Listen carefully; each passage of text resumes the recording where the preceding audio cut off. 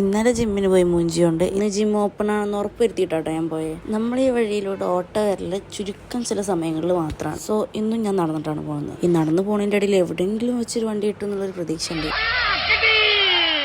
അവിടുന്ന് ഓട്ടോ ഇറങ്ങി ഞാൻ വീണ്ടും നടന്നു. ആൻഡ് ഫൈനലി നമ്മൾ എത്തിയിട്ടുണ്ട്.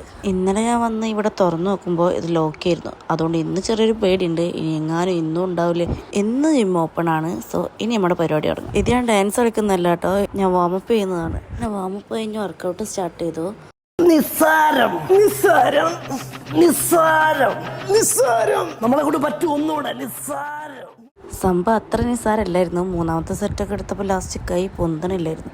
വെയിറ്റ് എടുക്കലൊക്കെ കഴിഞ്ഞ് നമ്മൾ കാർഡിയോ സ്റ്റാർട്ട് ചെയ്തു. പാട്ട് കേട്ട് വർക്കൗട്ട് ചെയ്യാമെന്ന് വിചാരിച്ചപ്പോൾ അതിനും സമ്മതിക്കില്ല, ഇതേ കിടക്കണം താഴെ. ഓരോ വർക്കൗട്ട് കഴിഞ്ഞാലും ഇങ്ങനെ മിററിൻ്റെ മുന്നിൽ വന്ന് നോക്കണം. അതിപ്പോൾ ഒരു ശീലമാണ്.